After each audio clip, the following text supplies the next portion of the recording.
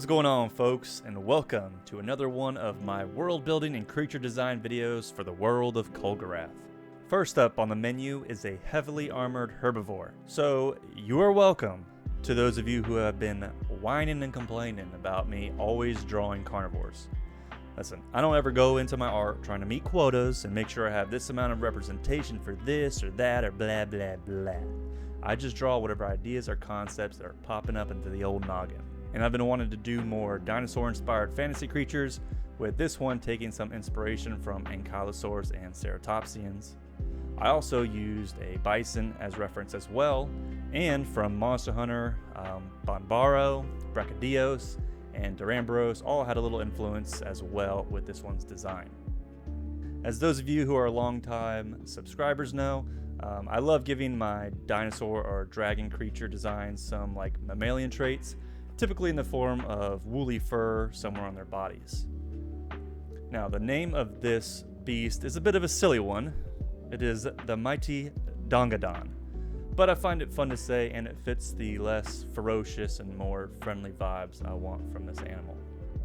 Now, the Dongadon are native to the northern regions of Sundara, more precisely the Great Savannas and the Valley of the Beast.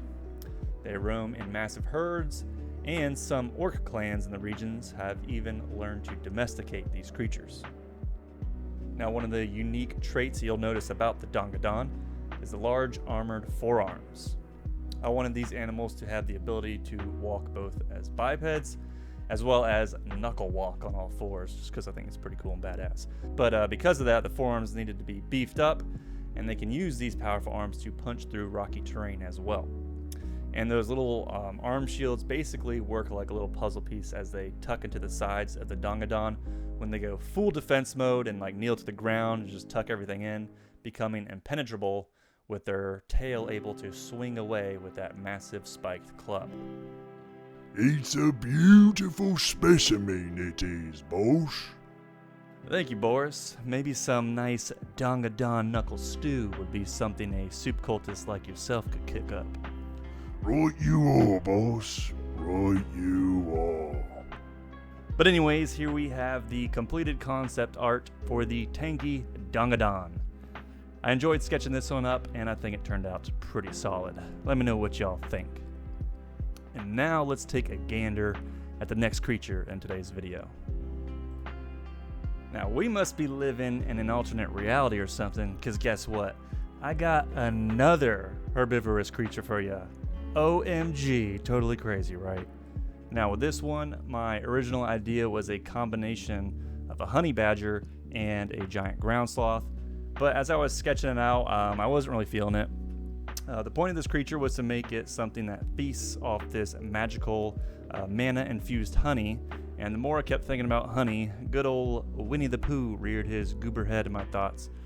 So I shifted away from honey badger and instead combined him with a giant ground sloth instead.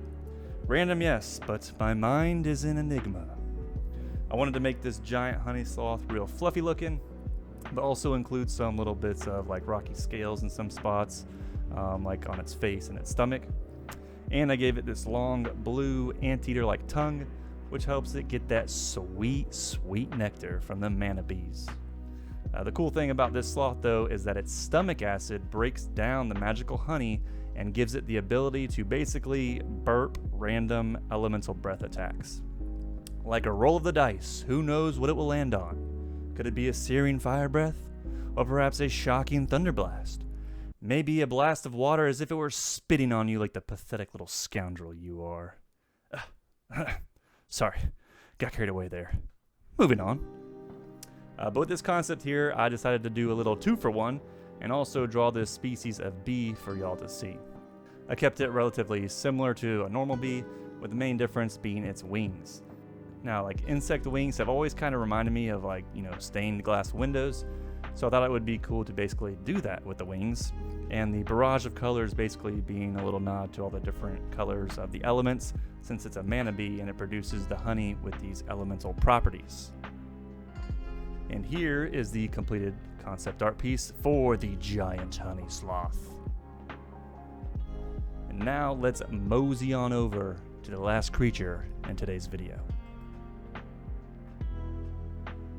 Now here you'll be seeing me craft a powerful winged beast of darkness.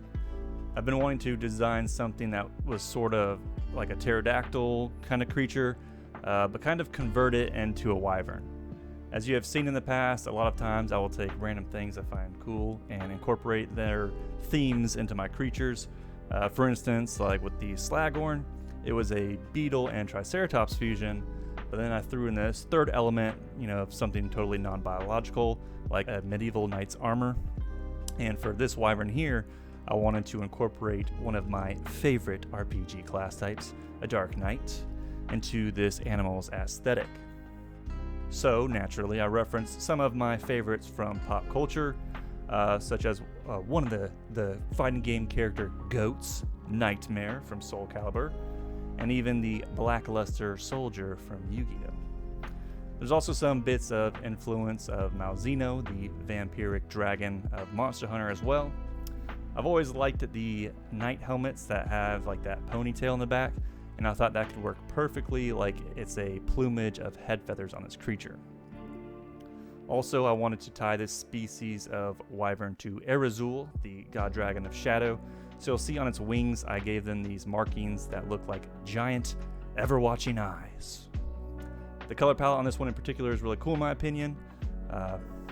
Black and red combos, like come on now. The creature also is a perfect concept to post up, seeing as it's the month of October and my favorite holiday, Halloween, is right around the corner. These wyverns live in the cold mountain ranges surrounding the Blood Moon Vale. And those of you who have been here on my channel way back, even a year ago, probably remember that this is the same area that creatures like the werewolf live. It's heavily inspired by the old classic monster motifs of vampires and werewolves with towering gothic castles and dark, creepy forests and all that good stuff we love. And here we have the completed concept for the dreaded Vale Knight Wyvern. A fitting creature to finish off this video, I'd say. Wouldn't you agree, Boris? That I would, boss. That I would.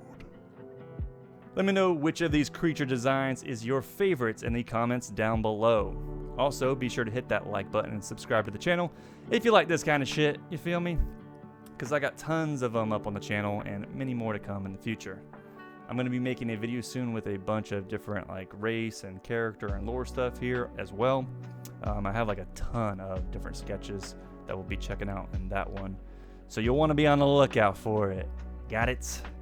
Also, be sure to check out my Kulgurath bestiary book over on Amazon if you want to get your hands on my art book featuring over 60 different creatures that I've designed for the world of Kulgurath. Thanks for watching, folks, and I'll see you in the next one.